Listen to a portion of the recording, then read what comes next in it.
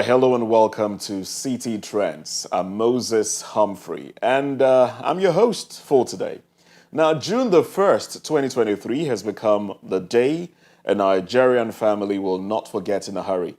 Now, on this said day, their daughter, a 21-year-old Ekene Onwubiko, delivered the valedictory speech, having emerged tops in the Faculty of Science and Math at the City College of New York in the United States. Now, that's a rarity for an international student, and that's why we're celebrating her today on the program.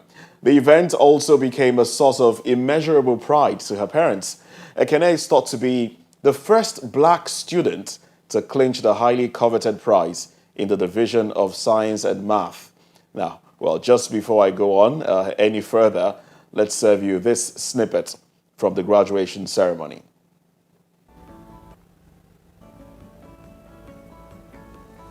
I am Igbo from the Igbo tribe of Nigeria. I was able to meet people with different backgrounds and different journeys and also different stages in life that were taking the same classes that I was taking. I think that's really amazing about City College because they just want everyone to be successful together. Bokwenu! You guys are Igbo already!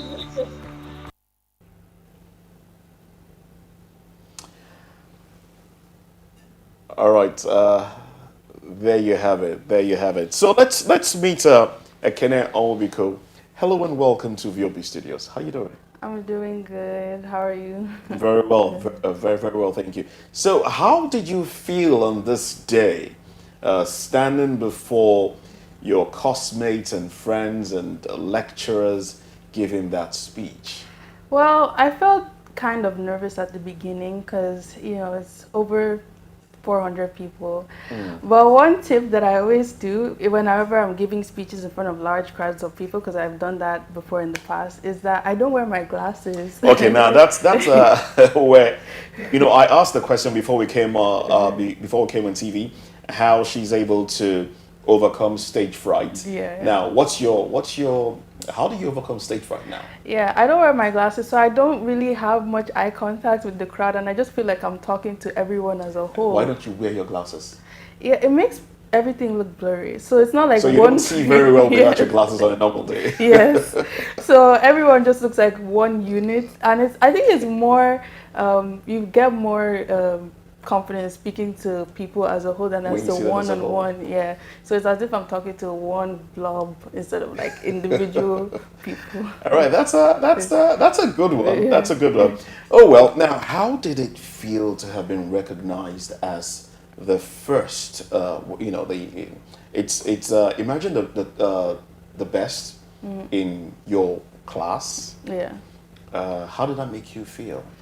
I was very honored. During your walks in college, you meet people that are, more intelligent, more creative, more hardworking. So the fact that I was chosen to represent such a diverse group of students was very honorable and very humbling to experience that. All right, so you seem to be a lover of science. Yes. Why sciences? Well, from a young age, I've always done better in biology courses than any other courses. I mean, even I think in high school, I was always like best in biology. That was just my thing. So going into college, I knew I wanted to do something in the science field. So that's why I chose biology as my major. And then I did research on it and did honors biology and graduated with the bachelor's in biology. All right, so you are what we call an oncologist. Oh no, I'm not an oncologist yet. Yeah, but that's what I want to be in the future. Yes. Yeah. Okay. Yeah. Oncology, basically focusing on cancer, right? Treating cancer. Yeah. Why do you want to do that? So is it common? Is there a story behind it? Yeah, I mean, growing up in Nigeria, we don't really have designated cancer centers. Most people that have cancer have to travel out of the country to get cured or to get treatment. So just noticing that, around where I live, just traveling abroad for cancer treatment, it kind of sparked an interest in the disease because, there's family members and friends who, I've seen that have traveled abroad for treatment. So it drove my interest in the disease. So I did like research on it, on the disparities of specifically breast cancer, and then from that I got more interested in it, and then I started shadowing a physician, and then I saw surgeries within the operating room, saw how I interacted with patients, and just those patients, I feel like they deeply resonate with me, so I decided that, that's what I want to do. Now you're gonna be saving a lot of lives, Yeah, yeah. So now, did you feel any pressure to study, as a foreign student? Yeah, I came into the country at a very young age. Um, I came into the US at 16 years old. So I didn't really have much family within the New York. So I was You were basically alone? Yeah, I was basically alone. Everyone I met there, I met as I came there, Okay. So it wasn't like I knew them before coming there. So I had to adjust, and everyone knows that the New York metro system, using the train, very complicated at first. So being young, and I had to depend on people because I was a minor, so they had to help me do some tasks because of legal constraints. So it was a very big learning curve, but then I'm actually grateful that I, met the people that I met, and it was, even though it was hard at first, I adjusted. It must have been hard because your parents were not around to hold your hands and teach you things step by step. Yeah. Now, would you say your parents have from the get-go trained you to be independent? Yeah, if you go to high school or in Nigeria, you have to go to boarding school from like 10 or 11 years old. So I've been in boarding school. So I guess that helped me with being independent and just knowing how to live without my parents. I feel like if I didn't do that, it would have been probably harder to adjust. Yeah. Okay, so now moving forward, you have been recognized as the best valedictorian. Yeah. That word twists my tongue every time. Congratulations once again. Thank you. But moving on, hereafter, what are your plans? Yeah, so right now I am enrolled in a Master's of Science in Law program. So it's I'm getting my master's degree specifically in law, focusing on like the business and legal sides of healthcare, to be involved in healthcare policy. And I think the reason why I chose this path is because in the future, I kind of want to be an advocate for patients, and in order to make like healthcare policies and do all those things, you have to be aware of the law of, to make sure that they can access these materials that are necessary for them. And also, I think it's a good background, if I want to start a clinic one day of my own that has my own philosophies and what I believe health should be like, I should have a good background in law. What do you believe health should be like? Well, I believe health should be, there should be equity, not just equality. And there's a difference between equity and equality. Equity means like you're giving people resources based on their needs, not just giving everybody the same resource and expecting them to do the same things with it. So I think that's what I'll prioritize in my own clinic and stuff. Now, growing up in Africa and also as an African, was there something that caught your attention that you thought of spreading awareness, as it concerns to health? Yeah, there's a lot of things, but one thing that I feel like there's a widespread ignorance of in Africa is ADHD, which is attention deficit hyperactivity disorder. And it's really become, especially as a Gen Z myself, I've seen it among a lot of people, and I think that there should be like more awareness of it because a lot of people don't know about it. A lot of people have misconceptions about ADHD, and it's actually not just attention disorder, it's a neurological disorder, so it has to do with your nervous system, and it's not something that this person can't just concentrate. It actually has to do with your brain. In Nigeria, there's not much research on it, so the prevalence of it, they say, is 7.6%, but no one really goes to their psychiatrist to figure out if they have ADHD or not. So I think that number is much bigger than 7.6%. And obviously, the causes of ADHD are like, if your mother is pregnant and she was taking drugs or taking alcohol, it could affect your brain activity. Or if you are, at a young age and you've been exposed to chemicals like in lead paint, it can actually affect your brain and cause ADHD. And just other things cause it as well. Yeah. Well, we know that Gen Zs, your the generation that you belong to, we see a lot of them getting involved with drugs, drug use, and it's becoming a problem back home in Nigeria. A lot of young people are using different kinds of things. They have different names. I can't even go into all the names now. Yeah. And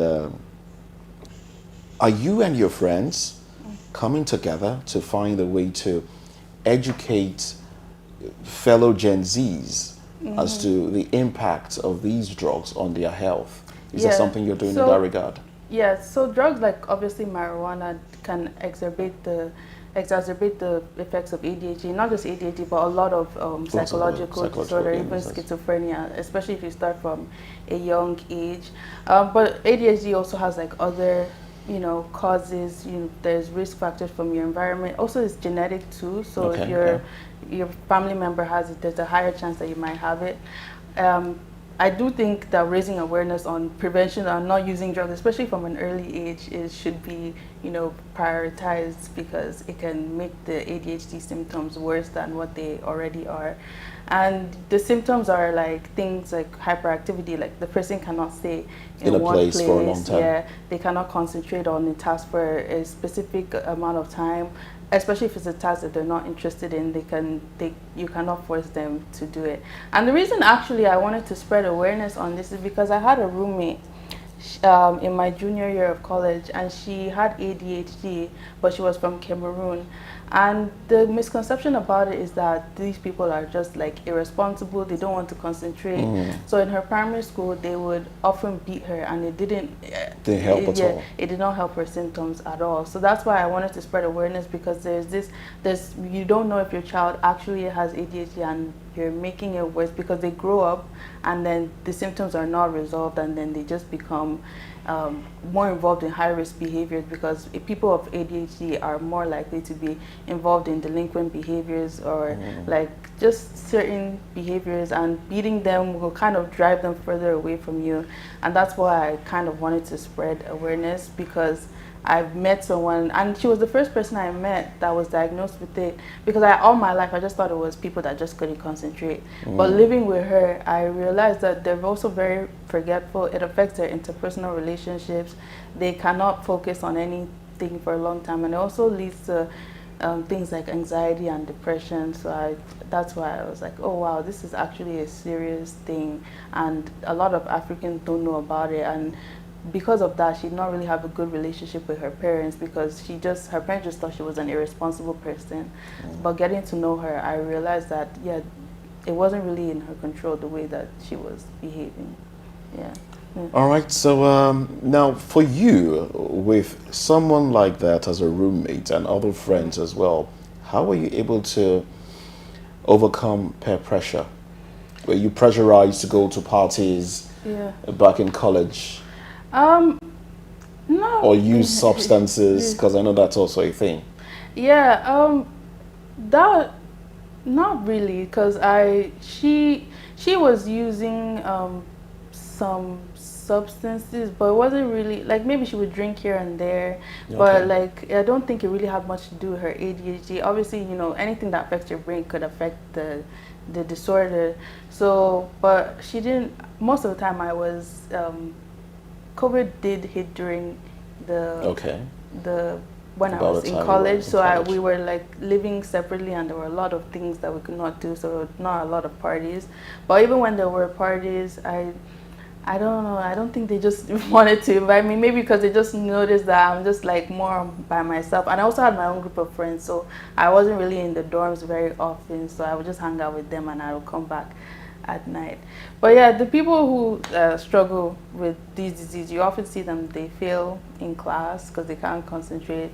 They have poor self-esteem because there's a lot of people shouts at them and puts them down. And they have a lot of difficulty maintaining friendships because sometimes they just forget to reach out, or like their brains, there's a lot of things going on within it, and it's a very sad disorder because you see a lot of people like that, and there's just better ways to manage it. And I think the number one thing to do is actually like You know, there's a lot of programs online that help you deal with children with ADHD, like maybe like breaking the task into smaller tasks, or giving them rewards anytime, like maybe praising them after they complete a certain task, and then I see you starting an NGO in this regard.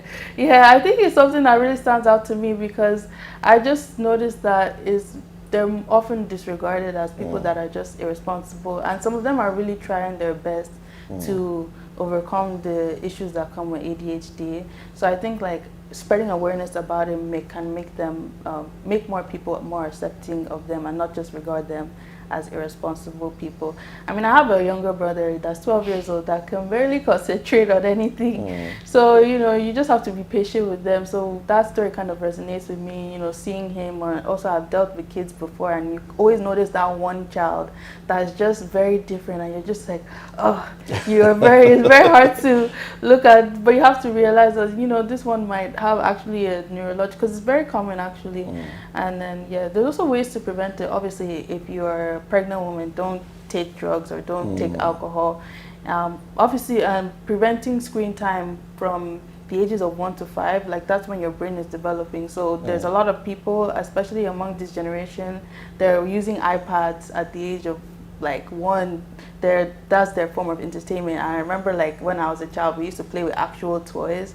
So you used to play with actual toys? Yes. You're a Gen Z, yeah. for crying out loud. I'm a Gen Z, but I was born in 2002. You know, that early age is like you play with actual toys, and then now children born after 2010 is like they use iPads, computers. Yes, and that's not really good for the brain development because it's just fast. It doesn't help you.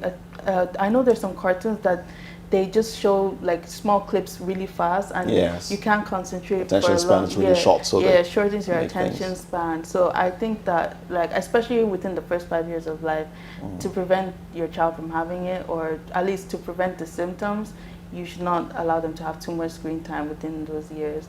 And obviously the toxins, if you know that there's places around you that use lead paint, don't allow them to be around that because it also affects your neurological pathways as well. All right, so let's, do you have role models in the medical field, back home in Nigeria and maybe overseas as well? Yeah, the doctor that I shadowed, his name was Dr. Peterson.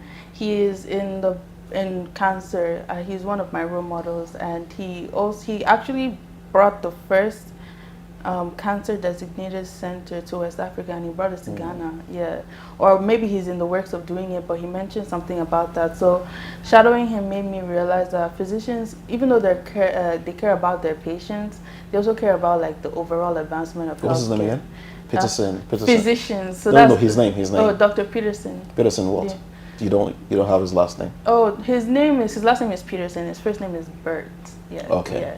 So I just learning from him was very a transformative experience because I saw him interact with patients and dealing with women because he's a breast cancer oncologist. So, you know, that population is very vulnerable, and it's the #1 cause of death among Black women in America. So I think that's also what really pushed me to it. Yeah. All right, then. Thank you very much for coming to CT Trends today, and we do hope to see you becoming. Yes, you did say something before we came on that you want to be the next head of WHO, right?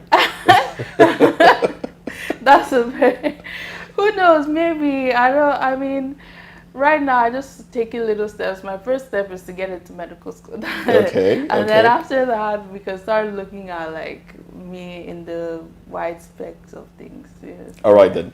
So we've been speaking with Ekene Onwubiko. She's she emerged best valedictorian from her institution. That's the City College of New York in the United States, and that's she is actually the first African in that regard. Am I correct? For my division, yes. The first African from her division in that regard. So once again, we say congratulations to you, Ekene. Thank you so much. Thank you for having me. You're welcome. You're welcome. All right, so that's it for the show today. CT Trends will be back next time. Bye for now.